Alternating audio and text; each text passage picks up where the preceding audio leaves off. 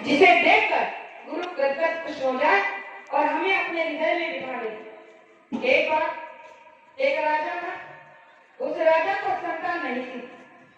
राजा के पास सब कुछ था, कुछ नहीं था तो संतान नहीं थी, और संतान की वजह से राजा बड़ा दुखी और कष्टी होता था। तो राजा ने अपने इस संतान की प्राप्ति के लिए योग याग हवन पूजा पाठ सब कुछ किया, लेकिन संतान नहीं हो रही थी। तो दुखी रहते थे। एक दिन उस राज दरबार का राज पुरोहित न जाने कहां से एक बात को लेकर राजा के पास पहुंच गया। राजा से कहने लगा कि राजा जी, आपकी पीड़ा को देखा नहीं जा रहा है, सहा नहीं जा रहा है, मेरे पास एक उपाय है, अगर आज्ञा हो तो बता दो। तो राजा ने कहा कि बताओ। वैसे तो मैंने हर चीज को करके देख लिया है, अगर तुम्हारे पास कोई बात हो तो बताओ। तो कहने लगा कि अगर आपको संतान की प्राप्ति चाहिए तो आप किसी दूसरे के बच्चे की बलि दे दो। अगर तुमने किसी दूसरे की बच्ची की बलि दे दी तो तुम्हारे घर में संतान की प्राप्ति हो जाएगी। अब जब ये बात राजा ने सुनी, राजा का पुत्र मोह में विवश था। उसने अपने विवेक बुद्धि से सोचा ही नहीं कि जो बात ये कह रहा है वो कितनी गलत है, कितना अधर्म है इस बात में। लेकिन अपने पुत्र विवश में मोह में आकर राजा ने कहा, क्या ऐसा हो सकता है?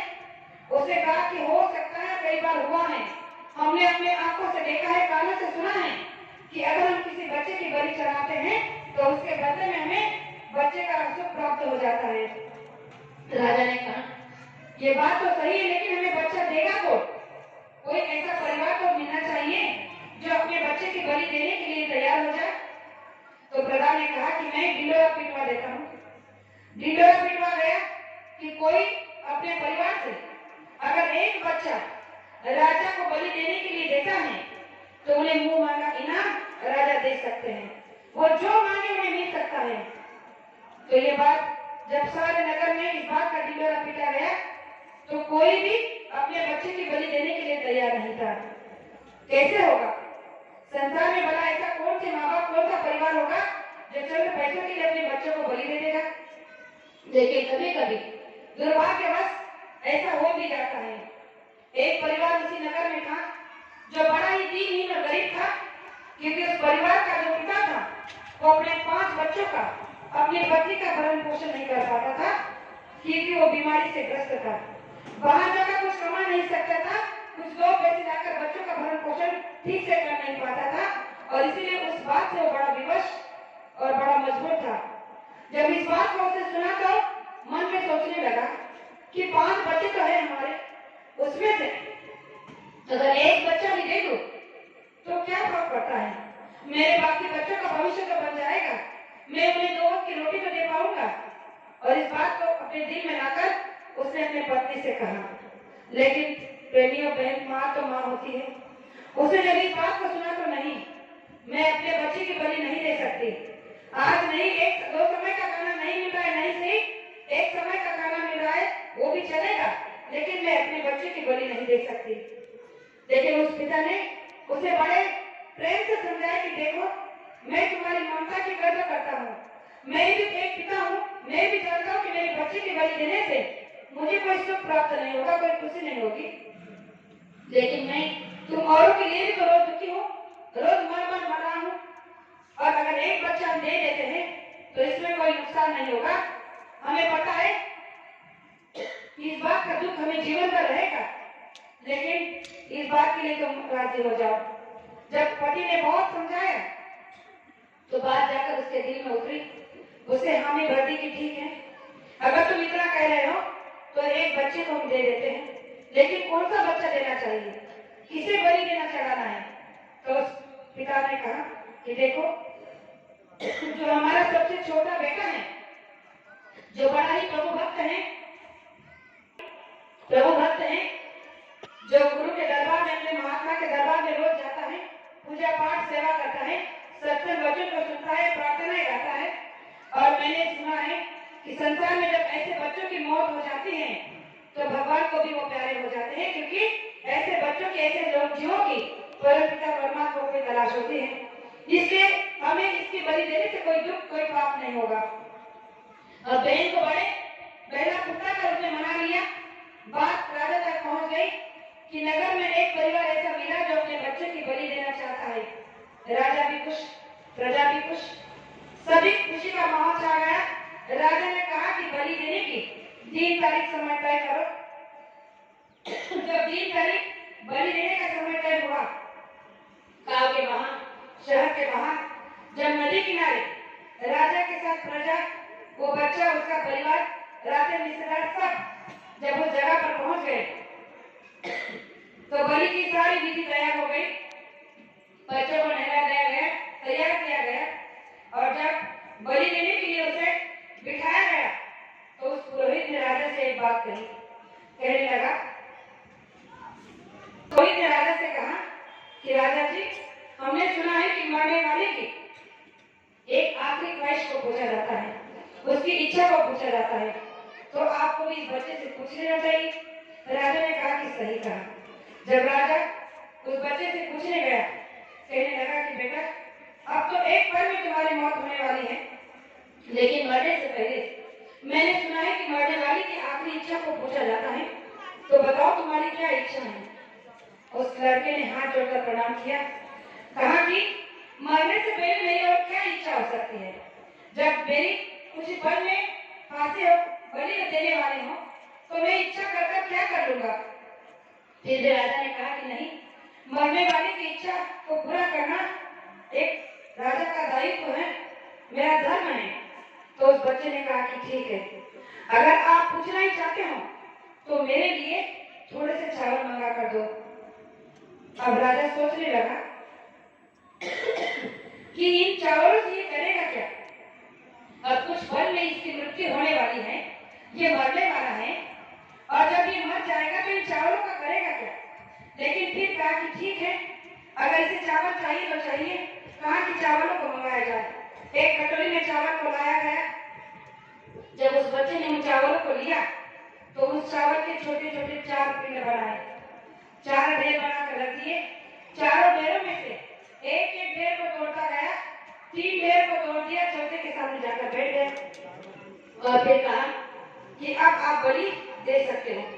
लेकिन जो उसने क्रिया की, उस क्रिया को राजा के साथ सारी प्रजा, माता पिता सब देख रहे थे। तो राजा ने सोचा कि अभी इसने जो ये किया कि चावल के छोटे छोटे 4 पिंड बनाए, 3 को तोड़ दिया, चौथे को बिना तोड़े उस पर बैठ गया, आखिर में चौथों को क्यों नहीं तोड़ा, 3 ही पिंडों को क्यों तोड़ा। और अगर ये मर गया तो इस बात का जो मेरे दिल में खलल रहेगी वो जिंदगी भर के लिए रह जाएगी। इसलिए मरने से पहले मैं पूछना चाहता हूँ। तो राजा ने उस बच्चे से प्रार्थना की, कहने लगा कि बेटा, अब जो तुमने किया वो क्या था।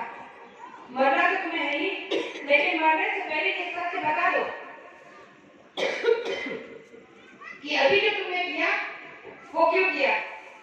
तो उसे कहा कि सुनो, मैंने ये चावल के 4 पिंड 4 व्यक्तियों के नाम से बनाए हैं। पहला पिंड मेरे माता पिता के नाम का है, दूसरा पिंड इस पुरोहित के नाम से है, तीसरा पिंड आपके नाम से है और चौथा मेरे संत दूर के नाम से है।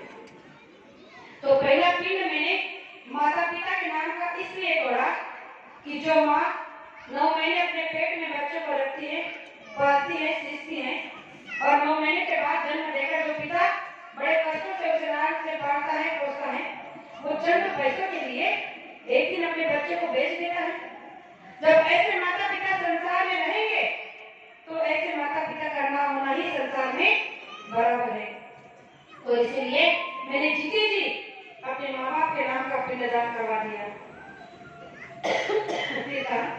कि दूसरा पिंड मैंने इस पंडित के नाम का, इस पुरोहित का नाम का तोड़ा है।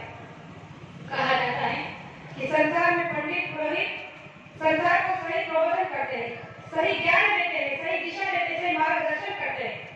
अगर आज इस पंडित ने राजा को सही सलाह दी होती, सही ज्ञान दिया होता तो मेरी बलि न दी जाती। अगर ऐसे गलत प्रबोधन करने वाले, गलत सलाह देने वाले पंडित संसार में रहेंगे तो संसार का, समाज का कभी उद्धार नहीं होगा। और इसलिए ऐसे पंडितों का प्रबोधन संसार में ना होना के बराबर है। और इसलिए मैंने जीते जी इनका भी पिंडदान करवा दिया। तीसरी बात आप पर आकर रुकती है।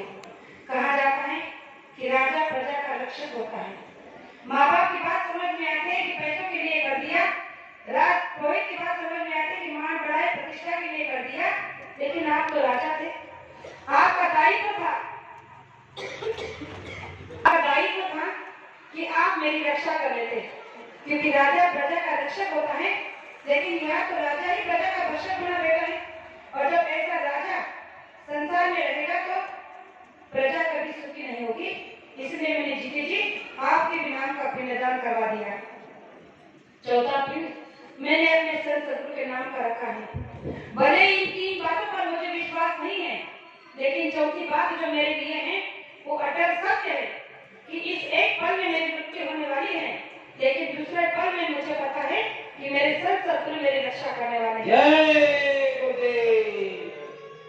जब ये बात उसे कही कि मुझे पता है कि मेरा संत सदगुरु मेरे आखिरी पल में रक्षा करने वाला है, और क्या पता कि अगर आप मेरी बलि दे भी दो और उसके बाद तुम्हें संतान की प्राप्ति ना हो, तो आपको पता है इसका कितना बड़ा दोष आपको लगेगा।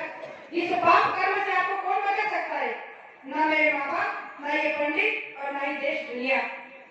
इसलिए मैंने अपने संत सदगुरु पर पूरा विश्वास कर इस देह को अभी तक तोड़ा नहीं है और ना ही तोड़ूंगा।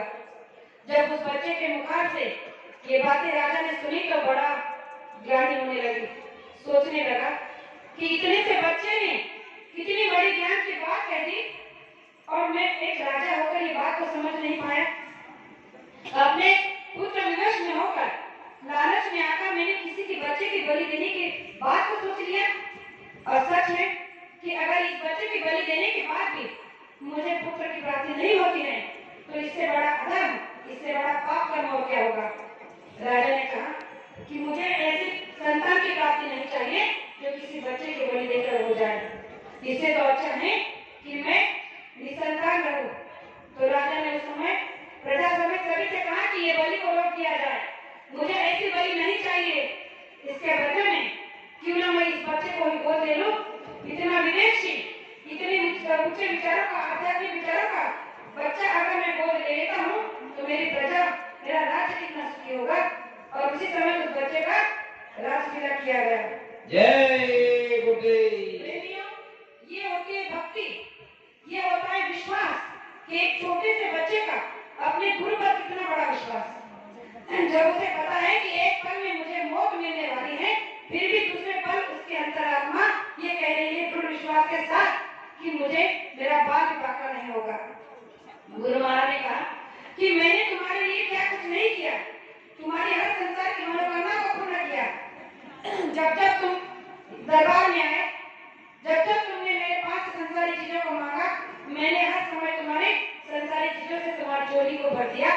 लेकिन फिर भी आज अगर समय मुझ पर विश्वास करने का, मेरी भक्ति, तुम्हारी भक्ति को परखने का आया है, तो तुम्हारी भक्ति आज झूठी हो गई। तो प्रेमियों, हमें इन बात पर सोचना चाहिए कि गुरु के प्रति सच्ची भक्ति, सच्चा प्रेम तभी हो सकता है जब हमारे अंदर सच्चा विश्वास दृढ़ बन जाए।